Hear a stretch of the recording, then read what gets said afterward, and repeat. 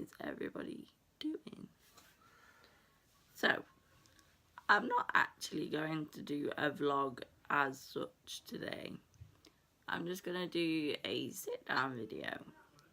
So, I kind of want to talk to you about the misconceptions of disability.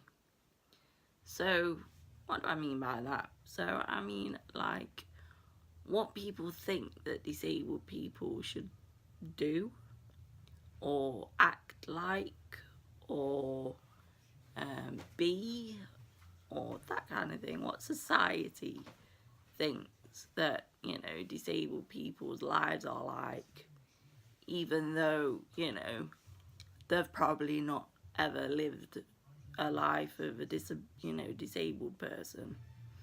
So we're going to talk about the misconceptions, and I put a post out on Twitter on Sunday.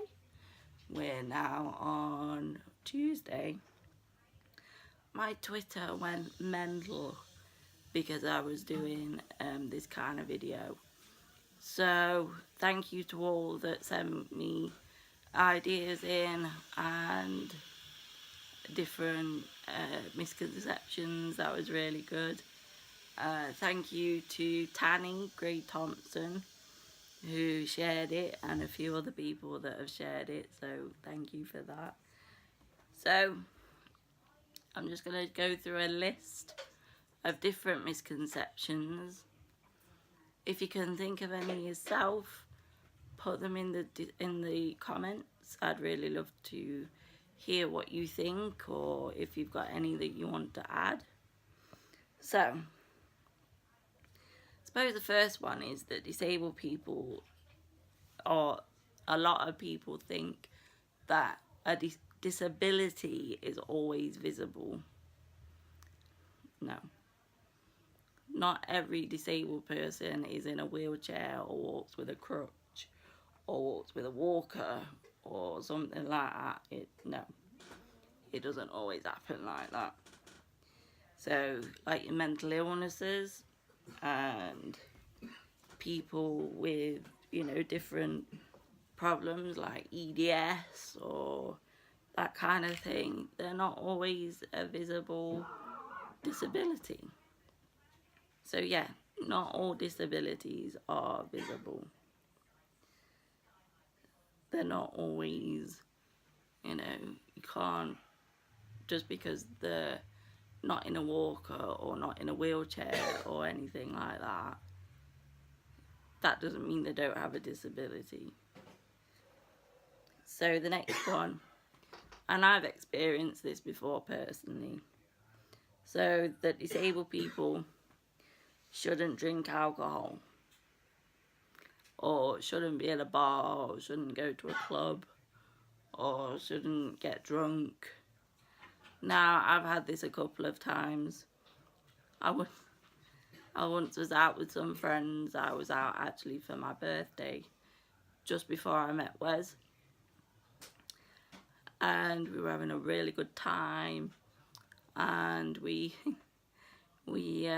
had this lady come up to my friends, not me. And she said, should that lady be drinking on her medication? And my friends literally were gobsmacked, because we'd had such, you know, assumption. Anyway, they had managed to have a quick word with her without me hearing, because they didn't want me to go off or have my night spoiled or anything like that. And they had a word with her, and everything was okay in the end, but we were just outraged because we'd had such an assumption. It's just ridiculous. So yeah, we've had that one, and then we've had another one. My friends were taking me out. We went out and we went to a pub, and we had a few drinks like girls do. Can't remember what we were drinking at the time. and I got really drunk, like proper not good. So I think I fell asleep. The next thing I know, Brotherhood, hi guys, Brotherhood are playing, and I'm violently sick everywhere. And the manager of the pub came up to my friends again, not me, and basically said, how have you let her get drunk? And I hate when people say let her, like it's their, you know, they've chucked drink down me because, you know, it's a good thing to do. Why have you let her? They've not let me, well, they haven't let me, but do you know what I mean? They've not actually forced it down me. And then we got boned. That is not one of my proudest moments in life, let me tell you. A lot of people think that, you know, I mean, I've gone out with friends to pubs and clubs, and the amount of people that look at you like you shouldn't be out past 9 o'clock. Like, there's a disabled person out and it's like past 7 o'clock. They should be in bed, like in a care home somewhere. Don't get me wrong, there are lovely people out, but sometimes you get the odd comment or the odd look, or you get something. I know once my mum overheard someone when we went out once just say, I wonder how much it would be, like how many points it would be to, you know, get the disabled girl. Mum went mad. That was a time. Anyway, another one that was sent in to me was about how that we must hate the equipment that we use.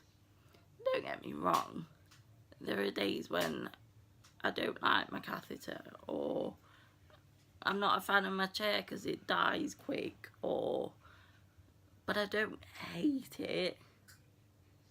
You know, my catheter keeps me going, and like, you know, I'm able to go out with Wes and family and friends, and you know, it gives me a life. And yeah, it's not perfect all the time.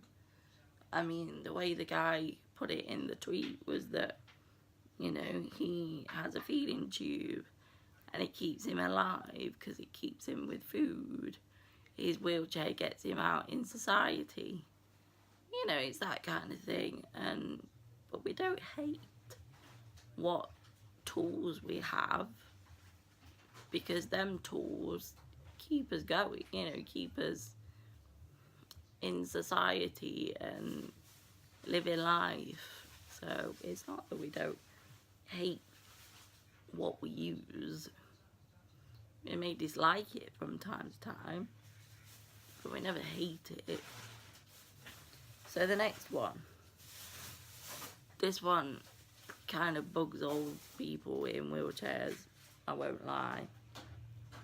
So say I'm with Wes, or you're with a friend, and the person, say you're going shopping, and the person at the till talks to you, or talks to like the person you're with, and not you. Now, that is annoying because, you know, you are here, you know, you want to be talked to as well.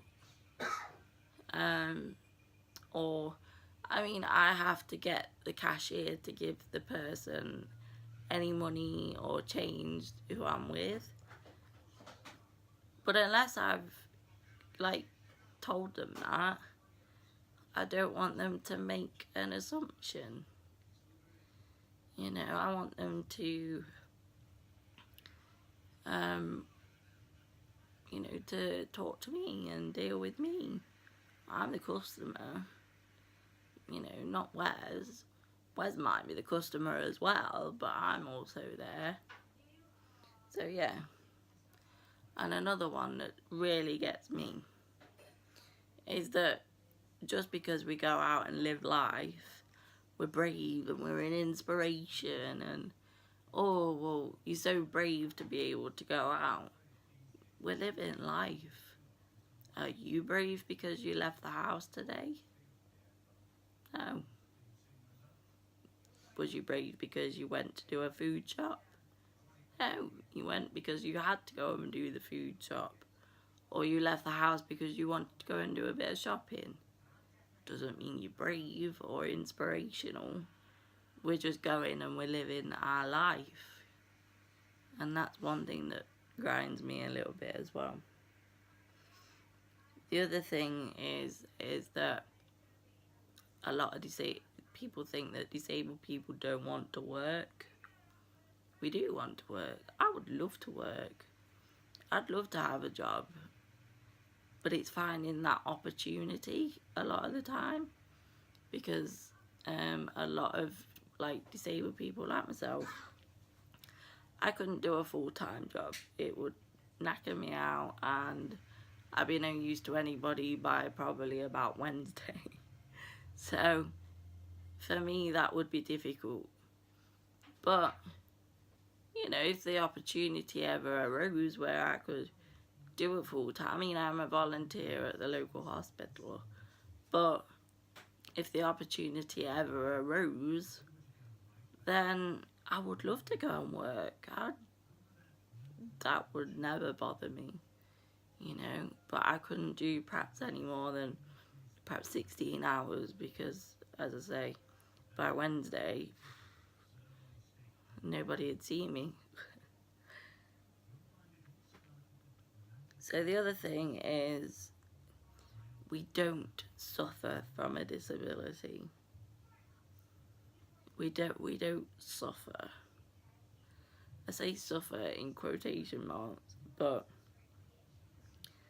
we don't suffer. We live with a disability.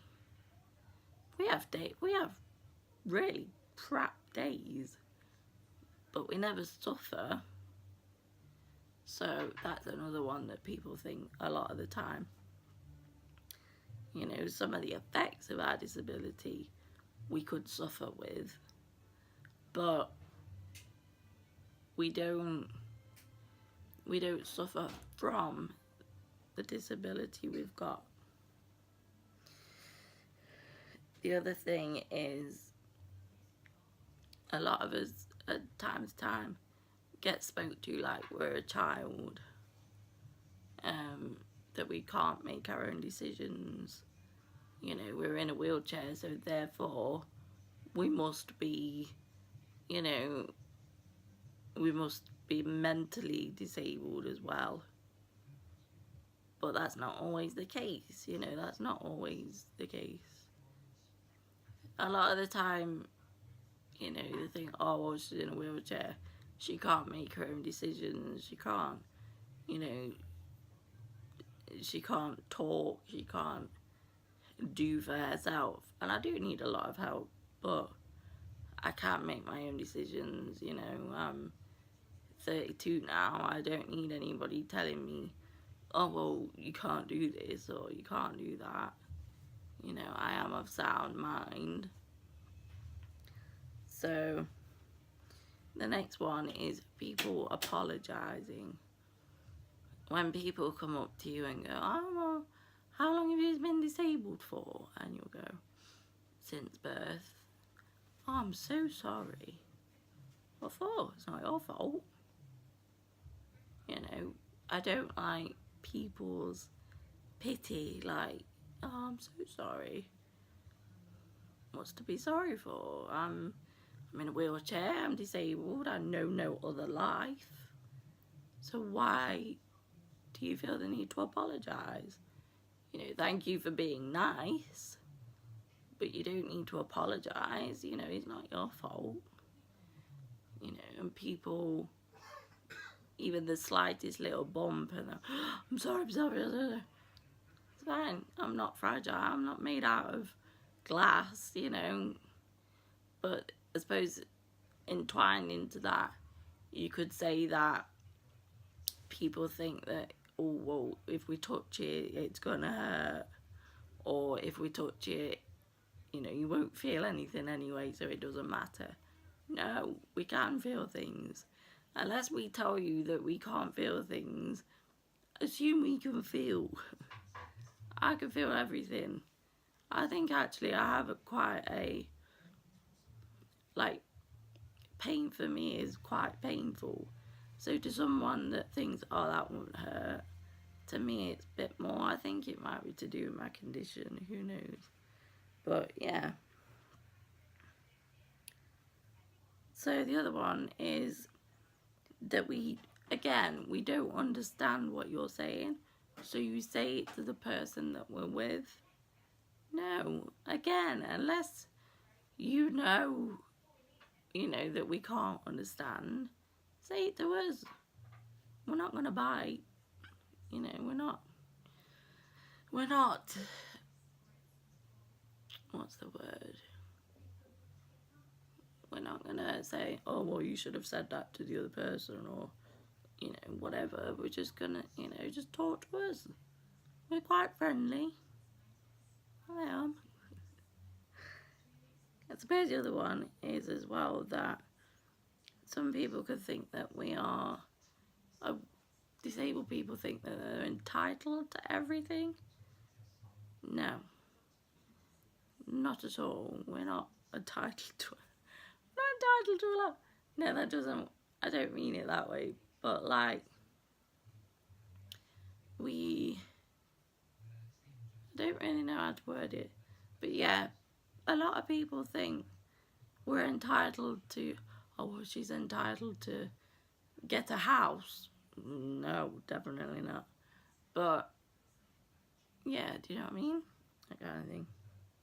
I suppose sometimes as well, we get that if you're perhaps physically disabled, then you're largely bedbound. Like, oh, you must spend a lot of time in bed. I don't spend any time in bed, apart from at night. I like to be about. I like to be living life. Maybe it's because I'm nosy, but I don't know. I like to be about and, living life. I hate being stuck in bed.